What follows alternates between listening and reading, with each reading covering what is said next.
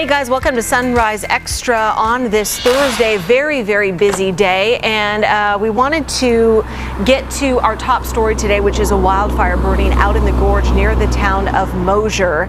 At 7 a.m. right now when we're doing this live, it is 800 acres. It grew overnight from 500 maybe when you went to sleep, and about 900 homes are in some sort of evacuation notice. We know that 150, again as of 7 a.m. On Thursday, are in a level 3 go now. That was as of last night, so hopefully they are out of that area. The rest on various levels of 1 and 2, which is get ready, be prepared, pack up some stuff. Let's get to Bryant Clerkley right there on the bottom right-hand screen for us.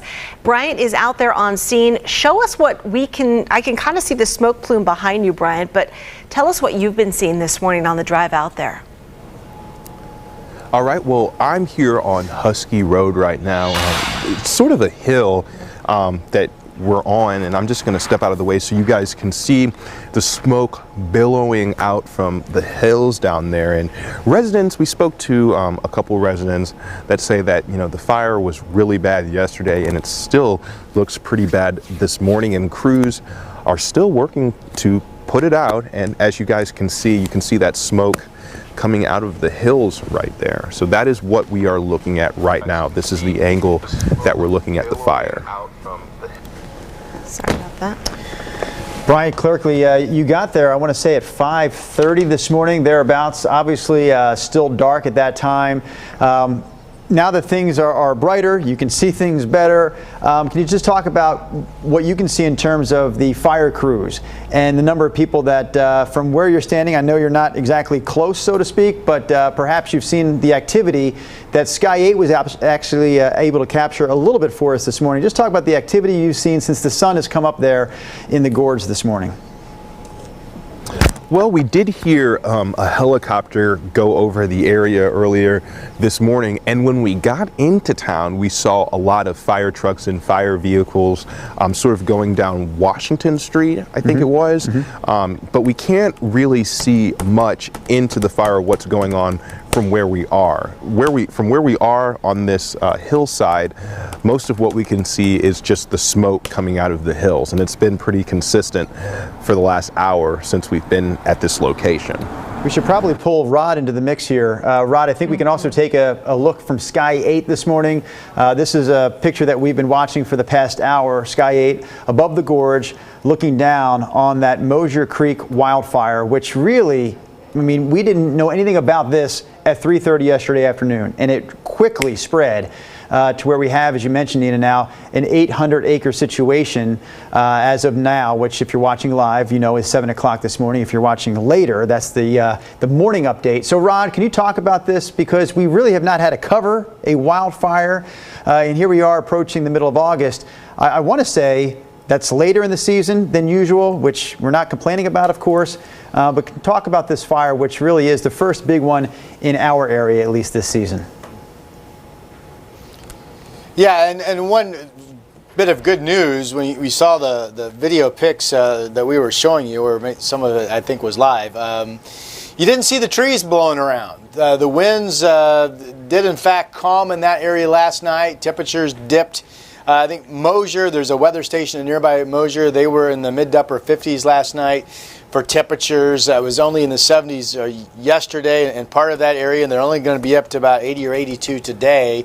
Winds will pick up this afternoon from the west, but overall, the weather part of the story is really calm, but that changes big time by the time we walk into the weekend with 100-degree temperatures, including that area of just south of Mosier, and with a very dry north-northeast wind, things would be weather-wise just exploding. So we hope that there can be good progress made today and tomorrow into that fire. I was just reading, and you mentioned, Drew, that overall this has been a fairly quiet start to our wildfire season, and you attribute in large part June. Remember, we got some rain. We had a lot of cooler than normal days, and so far it has been a quiet season. So this fire, which is now big enough to be considered a large wildfire, means there are 6 total large wildfires burning currently in Oregon and Washington, which would be considered a low number. And of those fires, only 2 of them have little containment. This brand new one, burning south of Mosier, and one called the Lone Coyote Creek, I think it's called the Lone Coyote Creek Fire up in northern Washington. That fire has burned over 2,000 acres, and it's the only really just large, expansive fire that we have right now. But you know, Mosier, if you go to my KGW Rod Hill Facebook page, I posted a pic there of fire history going back to, I think the particular map I grabbed goes back to 2000. And it shows little color-coded dots or colored-in areas of where fires have started in our state since 2000.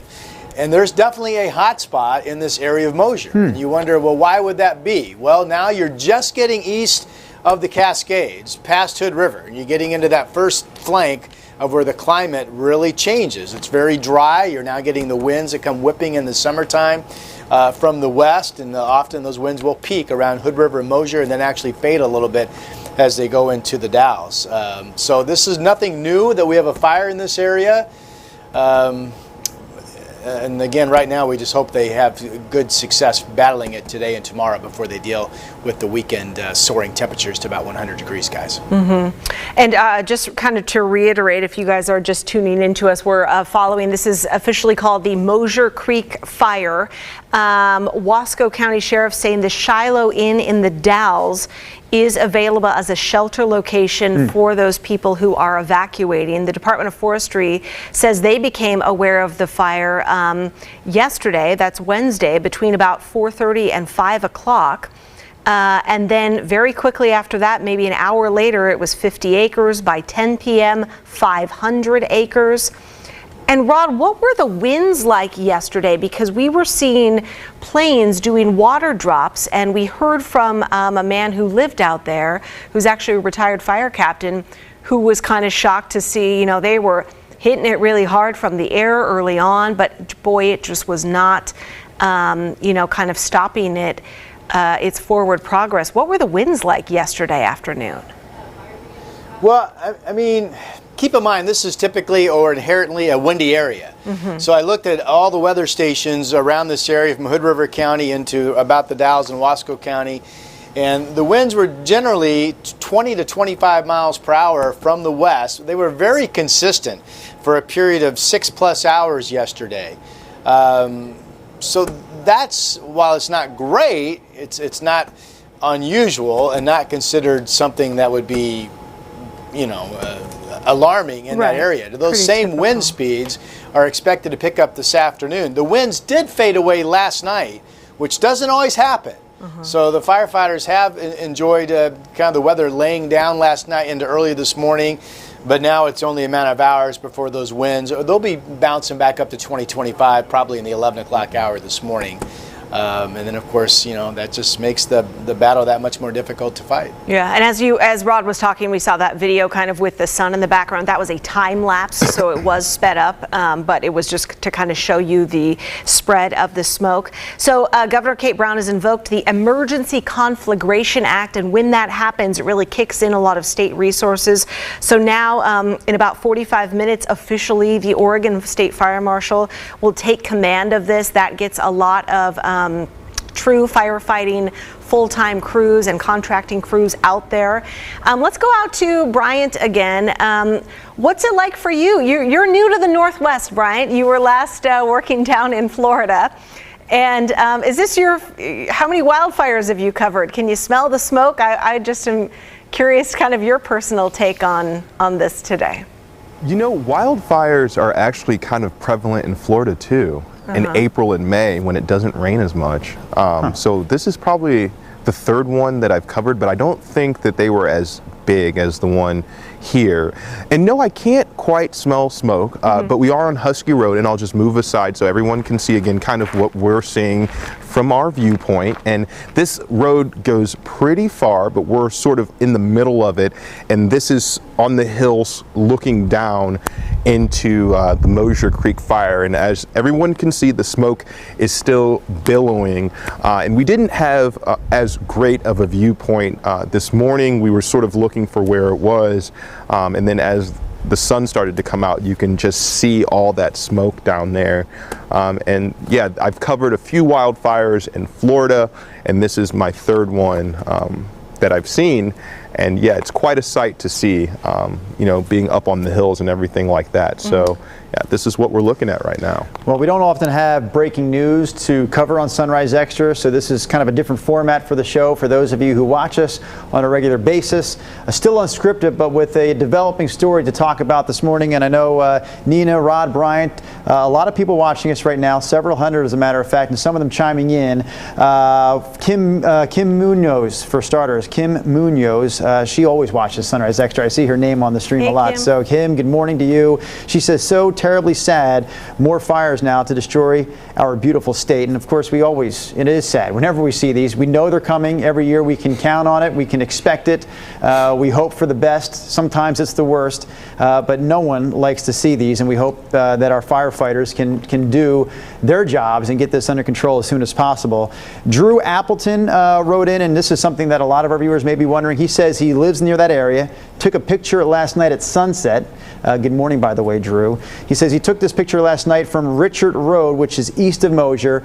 He's wanting to know where and how he can get that picture to us. So the easiest way to do it, we tell people, is to go online and post on Twitter or Facebook. Use the hashtag KGW Sunrise. If it's easier, Drew, for you to email that picture to us, because we would like to see it, you can always go newsdesk at kgw.com. That's the one I was going to say. Oh, good. Okay. I wasn't 100% sure, but I was going to go with newsdesk, singular, at kgw.com. Yeah, and Lynn Harkins on Facebook saying, oh my gosh, is this the Fir Mountain fire? No, and Lynn, that's interesting that you bring that up. Of course, we have been reporting, on this other fire that was burning near Hood River, and it was actually, they said they would have it stopped yesterday at 313 acres, and it looks like they did get that contained. This is a brand new one that started just east of there near Mosier late yesterday afternoon. And someone on Twitter, Atheist Mom on Twitter, question for you, Rod. She says, do we know where the smoke, which direction the smoke will go? She has asthma. Is it going to stay to the east? What do you know about that? The fire burning just south of Mosier in mainly timber, and the wind is from the west. The wind takes that smoke and it pushes it east toward the Dalles. So nothing coming toward Portland, not today, not tomorrow. Now the wind fields get more variable as we go into the weekend. And by the way, there is some good news. I'm just catching myself up reading all the latest incident reports from the fire fighting crews.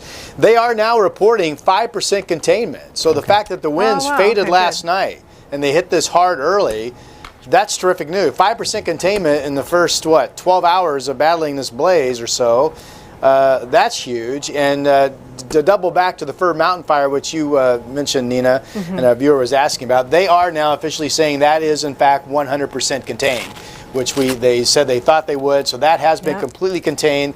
That fire now, reading the official report, saying minimal fire behavior, still some road and area closures in that region. But again, the big story this morning is this, what's now being called the Mosier Creek fire. At least 5% containment, but a very active fire behavior going right now. And of course, structures threatened, as we have been reporting. If you're just catching us live right now on Sunrise Extra, Nina's here, of course. Rod, the extra man in the mix this morning, Bryant Clerkley. You see him just below me here in the 4-box setup. Bryant, the newest member of the Sunrise team, who has only covered a handful of stories total. So we were talking to him earlier about the fact that this would be his first Oregon wildfire that he's had to cover. Rod, you've been here now in Oregon for over 20 years. So I always love listening to you describing the fires, the way they may move. I mean, I know you can't predict fires.